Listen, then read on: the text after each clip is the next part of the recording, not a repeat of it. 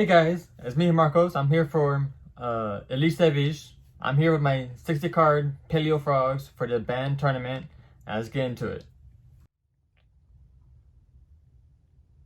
Alright guys, so for this profile, let's get right straight to the monsters. So this is Master Rule 3. So there's some things that I can't really have in this deck like I would like to, like Evenly Match, Red Reboot. So let's just start off with some of the monsters that I thought would be good for this. Of course, I went with a little bit of spice for the Burial Tribute because it is water. So no matter what they do, they cannot special summon anything but the water. So that's great even for me because all I do is water pretty much. And of course we do the frog engine. We need frogs, 2 Ronins, 2 swap, 3 swap, 3 dupe. That's pretty much the ratio always, no matter what, even today. That's it for the monsters. Small monsters don't need too much. Then straight into the spells. You're probably thinking, spells? What? Listen, we only need a little bit of spells. We don't need too much. I do the left armor offering for just in case to get what I need. And what I need is definitely going to be that grass looks greener. Now, it's 2. I only had 2 so far. I couldn't pick up the 3rd one for this. But that's fine. Definitely the 3rd one was definitely necessary at the time. And definitely 3 Color Demise. Color Demise definitely helps you get back into it, drop more, and just keep on going. Now next we go straight into the Peleos. I went for the, I'm gonna butcher this name, but Nilichelia. And this helps being banished back to the graveyard so you can keep reusing them. I only used 2 because that's really all you need. You could do a 3rd one if you need to, but 2 is really all you need. And then of course we got the MST of it. It's always good, you know, just MST, just pop back row or any other spell trap. Then we got the Book of Moon. It's always a good one no matter what format or anything at all. Then of course we run 3 of the one that banishes, Dinomischus. I thought about maybe cutting it to 2, but 3 is always good, especially for this because you need more. And then you can always reuse them. Now back to the other traps, and there's a whole lot of them, so bear with me. For some of the one-ofs, we do Waking the Dragon. Why Waking the Dragon? Well, because there's some little bit extra spice in the extra deck, and you're probably thinking you know why. We do one of those, and we do one of Spiritual Swords of Revealing Light. You're probably thinking, why this? Because if it's in the graveyard, guess what? Banish it, and your opponent cannot attack you directly. That's good, and even if it's not in your graveyard, you pay 1,000 light points, they cannot attack you, whichever monster.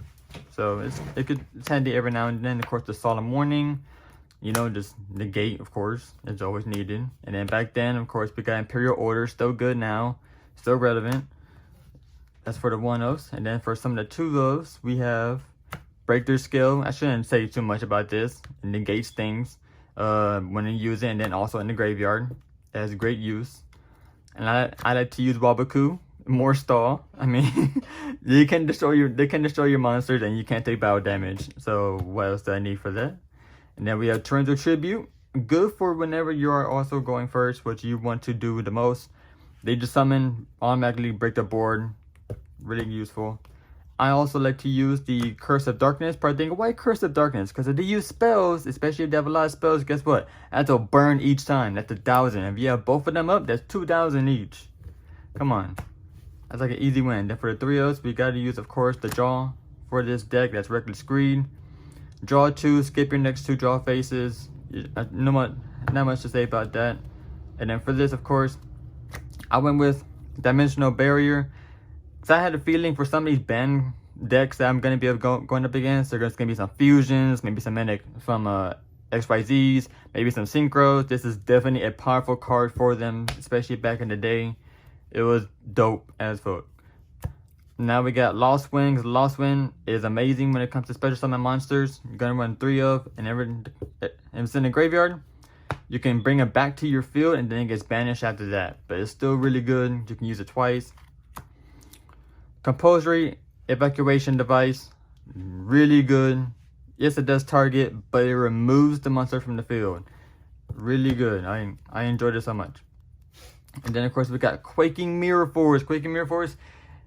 There's not going to be a lot of link summonings, I'm pretty sure. So, I'm definitely going to take advantage of this and use Quaking. They attack. Guess what? Everything goes face down permanently. And and take advantage of that. And of course, we run 3 Solemn Strikes. Do I need to say much about this? It's Solemn, Negate, and then of course I like to run 3 Dark Bribe. Yes, they get to draw a card, but you are negating, and if they can't do anything with that card, they don't do anything. That's it for the main deck. Now for the extra deck, I do run a little bit of, like a very small hint of spice. But let's go with some of the common ones you should be running for this deck, and that's Cat Shark. Cat Shark can't be destroyed by battle as long as it has materials. And then if you detach, target a water monster that you control, and it doubles its attack and defense. That's good. That's also good for closing out games or anything else. And also goes good with like Gusto Phoenix. Why? It's a good closer. Detach, attack twice. That's 3K right there. That's one to definitely use. Sky Cavalry, removal. Can't be destroyed by battle, but at the end of the battle phase, not battle phase, but damage calculation, detach, remove the card that it battled. 1 Phantom Knight of Cursed Javelin. Why this? Because you detach, target a monster, negate effects, and it reduces their attack to 0. Easy, get rid of the card, bat it, they take extra damage. Next, number F0 Utopic Future. This card is so good. I love it. One of my favorite XCs of all times. They cannot destroy it by battle whatsoever. If they try to pop it, you detach, save it. You battle into a monster, you take it, you use that monster against them. Come on. It's the first Borlo sword. Not sword, but Borlo. Number 45, it just negates monster effects. So I have pretty much 2 for these.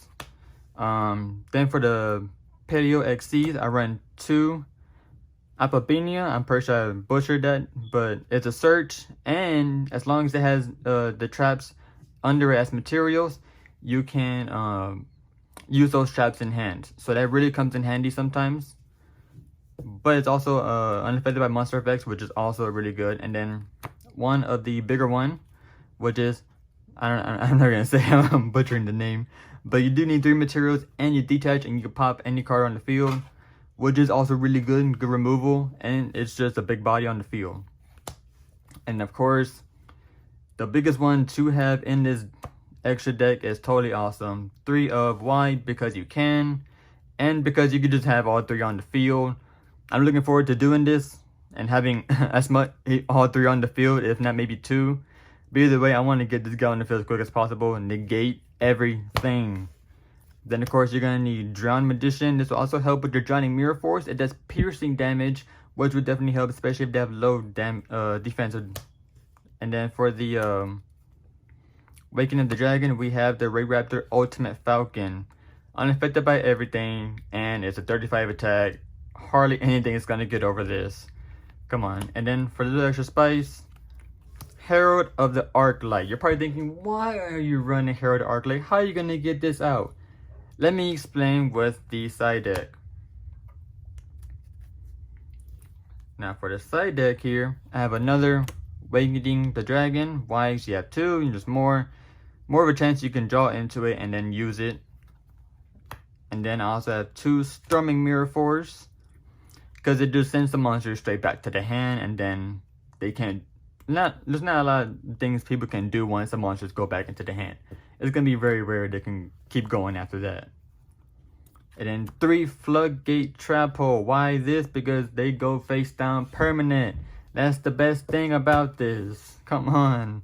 And then I went with 3 Debunk. Why Debunk? Because there are still a lot of fixes that happen in graveyards, especially with monsters, are very potent. Even back in the day and even today's meta, this is very useful, I think. So if it comes up, it comes up. And then I'm also going to run 3 Anti-Spell Fragrance for, you know, the Pendulum. So I need to say much else. Pendulums back in the day, OP, come on. And then for the last bit, I run this little Slime Junior because he is a tuner and is a good way to bring out Totally Awesome or any others. The thing is, if you use his effect when you summon him, you're locked into waters. So you can't really synchro. If you don't use his effect, then you can. That's the only thing for this. So if you're gonna use the synchro, you gotta just normal, not usage effect, and then if you already have another level 2 on the field, synchro into herald, which is another negate, and it does more. So that's it for my 60 card paleo. Hope y'all enjoy. Hit a like, maybe put a comment and subscribe, and I'll see you guys again next time. All right.